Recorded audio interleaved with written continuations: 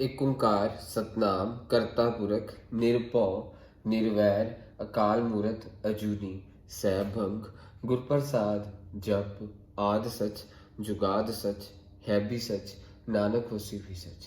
वाहिगुरू जी का खालसा वाहिगुरू जी की फतेह। Dear students, in this video I am going to cover return on investment ratio. This is very important ratio. 142 question 140 question TS Grewal 2020 edition मैंने लिख दिया हुआ और 140 question को हम सॉल्व करने वाले हैं। रिटर्न ऑन इन्वेस्टमेंट रेशियो, जिसका दूसरा नाम रिटर्न ऑन कैपिटल एम्प्लॉयड भी है। रिटर्न ऑन इन्वेस्टमेंट रेशियो का दूसरा नाम रिटर्न ऑन कैपिटल एम्प्लॉयड है। इसका फॉर्मूला होता है earning before interest and tax या फिर net profit before interest and tax upon capital employed into 100। Net profit before interest earning before interest and tax upon capital employed into 100, ये formula है। तो आपको प्रॉफिट आफ्टर टैक्स दी है, तो हमारे को क्वेश्चन में निकालना क्या है?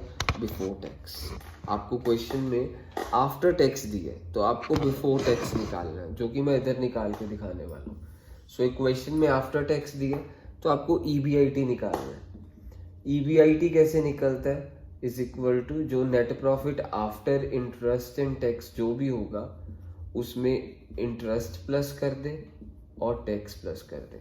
सो EBIT में net profit after interest and tax में अगर आप इंटरेस्ट प्लस कर दें, आफ्टर टैक्स में अगर आप इंटरेस्ट प्लस कर दें और टैक्स प्लस कर दें, दो चीजें प्लस करने के बाद आपके पास EBIT आ जाएगा। तो नेट प्रॉफिट आफ्टर टैक्स कितना था? 6,50,000। Net profit after tax was 6,50,000। 10% of 10 lakh कितना हो जाएगा? 1 लाख। 10 लाख का 10% 1 लाख, तो नेट प्रॉफिट आफ्टर टैक्स 6,50,000 आपको दे रखा है। Interest is what? 10% of 10 lakh that is 1 lakh. Debentures 10% सीधे 10 लाख ਦੇ ਸੀਗੇ। 10% of 10 lakh is 1 lakh. Tax the rate ਕਿੰਨਾ ਦਿੱਤਾ? ਦੇਖੋ 50%। 50 अपॉन 100 माइनस 50। ਜਦੋਂ ਵੀ ਟੈਕਸ ਵਗੈਰਾ ਹੋਏ ਨਾ, ਮੈਂ ਤੁਹਾਨੂੰ ਪਹਿਲਾਂ ਵੀ ਦੱਸਿਆ, ਜੇ 20 ਹੁੰਦਾ ਤਾਂ 20/100 ਮਾਈਨਸ 20 ਹੋਣਾ ਸੀ। ਤੁਹਾਨੂੰ ਪਿਛਲੀਆਂ ਵੀਡੀਓਜ਼ 'ਚ ਦੱਸਿਆ ਹੋਇਆ ਕਿ ਜਦੋਂ ਵੀ ਟੈਕਸ ਹੋ ਜਾਏ ਨਾ ਰੇਸ਼ੋ ਵਾਲੇ ਚੈਪਟਰ 'ਚ, ਤਾਂ ਤੁਸੀਂ 50/100 ਮਾਈਨਸ 50 ਕਰਨਾ।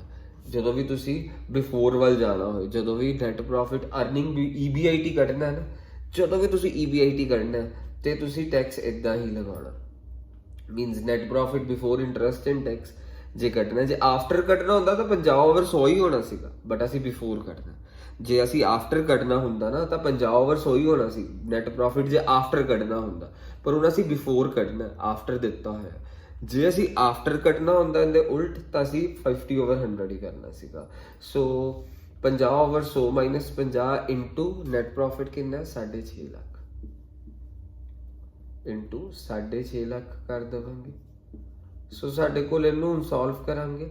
ਸੋਲਵ ਕਰਕੇ ਮੇਰੇ ਕੋਲ ਆ ਰਿਹਾ ਇੱਥੋਂ 6.5 ਲੱਖ 13 ਲੱਖ 14 ਲੱਖ ਆ ਰਿਹਾ। ਇਹਨੂੰ ਸੋਲਵ ਕਰਕੇ ਨਾ ਪਲੱਸ ਮਾਈਨਸ ਕਰਕੇ ਸਭ ਕੁਝ ਪਲੱਸ ਵਗੈਰਾ ਕਰਕੇ 14 ਲੱਖ ਆ ਰਿਹਾ।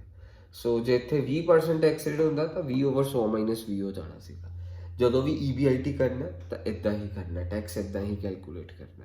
ਜੇ ਆਫਟਰ ਟੈਕਸ ਕੱਢਣਾ ਹੋਏ, ਨੈਟ ਪ੍ਰੋਫਿਟ ਆਫਟਰ ਟੈਕਸ ਕੱਢਣਾ ਹੋਏ ਜੇ ਕਿਸੇ ਰੇਸ਼ੋ ਦੇ ਵਿੱਚ, ਤਾਂ ਅਸੀਂ ਟੈਕਸ 50/100 ਹੀ ਕਰਨਾ ਸੀ, ਇੰਟੂ 650 ਕਰਨਾ ਸੀ। ਜੇ ਤੁਹਾਨੂੰ ਆਫਟਰ ਕੱਢਣਾ ਹੁੰਦਾ, ਇੱਥੇ ਤੁਹਾਨੂੰ ਆਫਟਰ ਦਿੱਤਾ ਹੋਇਆ। ਸੋ ਇਹ 14 ਲੱਖ ਆ ਗਿਆ EBIT ਤਾਂ ਆ ਗਿਆ ਇੱਥੇ 14 lakh. Capital employed you all know balance sheet ਦੀ ਪਹਿਲੀ ਦੋ ਚੀਜ਼ਾਂ ਨੂੰ ਵੀ ਸੇ ਵਾਟ ਕੈਪੀਟਲ ਇੰਪਲੋਇਡ। ਸੋ ਹੁਣ ਕੈਪੀਟਲ ਇੰਪਲੋਇਡ ਕਰਨ ਲਈ ਮੈਂ ਇਹਦੀ ਬੈਲੈਂਸ ਸ਼ੀਟ ਦਾ ਇੱਕ ਛੋਟਾ ਜਿਹਾ ਐਕਸਟ੍ਰੈਕਟ ਬਣਾ ਰਿਹਾ। ਬੈਲੈਂਸ ਸ਼ੀਟ ਦੇ ਸਭ ਤੋਂ ਪਹਿਲਾਂ ਕੀ ਹੁੰਦਾ ਤੁਹਾਨੂੰ ਪਤਾ ਹੈ? Liability side share holder fund, ਫਿਰ ਕੀ ਹੁੰਦਾ ਸਾਡੇ ਕੋਲ ਨਾਨ ਕਰੰਟ ਲਾਇਬਿਲਿਟੀ, ਫਿਰ ਤੀਜੀ ਚੀਜ਼ ਕੀ ਹੁੰਦੀ? Current liability. ਇਹਨਾਂ ਨੂੰ ਪਲੱਸ ਕਰਕੇ ਸਾਡੇ ਕੋਲ ਕੀ ਆਉਂਦਾ? Total liability. ਇਹਨਾਂ ਨੂੰ ਪਲੱਸ ਕਰਕੇ ਆਪਣੇ ਕੋਲ you all know total liabilities ਆਉਂਦੇ। ਫਿਰ ਉਸ ਤੋਂ ਬਾਅਦ ਜਿਹੜੀ ਐਸੈਟਸ ਕੀ ਆਉਂਦੇ? ਨਾਨ ਕਰੰਟ ਐਸੈਟਸ ਤੇ ਦੂਸਰੇ ਆਉਂਦੇ current assets. Non current assets ਤੇ ਕਰੰਟ ਐਸੈਟਸ ਸਾਡੇ ਕੋਲ ਕੀ ਆ ਜਾਂਦੇ? ਟੋਟਲ ਐਸੈਟਸ ਆ ਜਾਂਦੇ। ਸੋ ਕੁਐਸਚਨ ਦੇ ਅਕੋਰਡਿੰਗਲੀ ਤੁਹਾਨੂੰ ਦਿੱਤਾ ਕੀ ਹੋਇਆ? Net fixed asset as cost 22,50,000 ਉਹਦੇ ਚ ਡੈਪਰੀਸੀਏਸ਼ਨ ਕਿੰਨੀ ਹੈ 2.5 ਲੱਖ ਸੋ ਡੈਪਰੀਸੀਏਸ਼ਨ ਮਾਈਨਸ ਹੁੰਦੀ ਹੈ ਸੋ ਅਸੀਂ ਨਾਨ ਕਰੰਟ ਐਸੈਟਸ ਚ ਲਿਖ ਦਿੱਤਾ 22,50,000 ਚੋਂ 2.5 ਲੱਖ ਮਾਈਨਸ ਕਰਿਆ ਤੇ ਸਾਡੇ ਕੋਲ ਆਇਆ 20 ਲੱਖ ਨਾਨ ਕਰੰਟ ਐਸੈਟਸ 20 ਲੱਖ ਦੇ ਹੋ ਗਏ ਸੋ 22,50,000 ਚੋਂ 2,50,000 ਮਾਈਨਸ ਕਰ ਦਿੱਤਾ ਕਰੰਟ ਐਸੈਟਸ 12 ਲੱਖ ਦੇ ਦਿੱਤੇ ਮੈਂ ਇੱਥੇ 12 ਲੱਖ ਲਿਖ ਦਿੱਤਾ ਮੇਰੇ ਕੋਲ ਆ ਗਿਆ 32 ਲੱਖ ਇਹਨੂੰ ਟੋਟਲ ਐਸੈਟਸ ਹੀ ਸਾਡੇ ਟੋਟਲ ਲਾਇਬਿਲਿਟੀ ਦੇ ਇਕੁਅਲ ਹੁੰਦੇ ਜੇ ਟੋਟਲ ਐਸੈਟ ਸਾਡੇ 32 ਲੱਖ ਹੈ ਤੇ ਟੋਟਲ ਲਾਇਬਿਲਿਟੀ ਵੀ 32 ਲੱਖ ਦੀ ਹੋਏਗੀ ਉਹਦੇ ਚੋਂ ਕਰੰਟ ਲਾਇਬਿਲਿਟੀ ਕਿੰਨੀ ਦਿੱਤੀ ਹੈ ਦੇਖੋ ਬੱਚੋ 4 ਲੱਖ ਇੱਥੇ ਕਰੰਟ ਲਾਇਬਿਲਿਟੀ 'ਚ ਮੈਂ 4 ਲੱਖ ਲਿਖ ਦਿੱਤਾ ਕਰੰਟ ਲਾਇਬਿਲਿਟੀ 'ਚ 4 ਲੱਖ ਲਿਖ ਦਿੱਤਾ ਬਾਕੀ ਹੋਰ ਮੈਨੂੰ ਇੰਨਾ ਜੋ ਕੁਝ ਨਹੀਂ ਦਿੱਤਾ ਤਾਂ ਮੀਨਸ ਮੇਰੇ ਕੋਲ 32 ਲੱਖ ਮਾਈਨਸ 4 ਲੱਖ ਕਿੰਨਾ ਹੋ ਗਿਆ 28 ਲੱਖ ਮੀਨਸ ਇਹ ਦੋਨੋਂ ਚੀਜ਼ਾਂ ਦਾ ਟੋਟਲ ਮੇਰੇ ਕੋਲ 28 ਲੱਖ ਹੋ ਗਿਆ ਤੇ ਤੁਹਾਨੂੰ ਪਤਾ ਪਹਿਲੀ ਤੇ ਦੋ ਚੀਜ਼ਾਂ ਦੇ ਟੋਟਲ ਨੂੰ ਕਹਿੰਦੇ ਕੀ ਹੈ ਕੈਪੀਟਲ ਇੰਪਲੋਇਡ ਮਤਲਬ ਮੇਰੀ ਕੈਪੀਟਲ ਇੰਪਲੋਇਡ 28 ਲੱਖ ਹੋ ਗਈ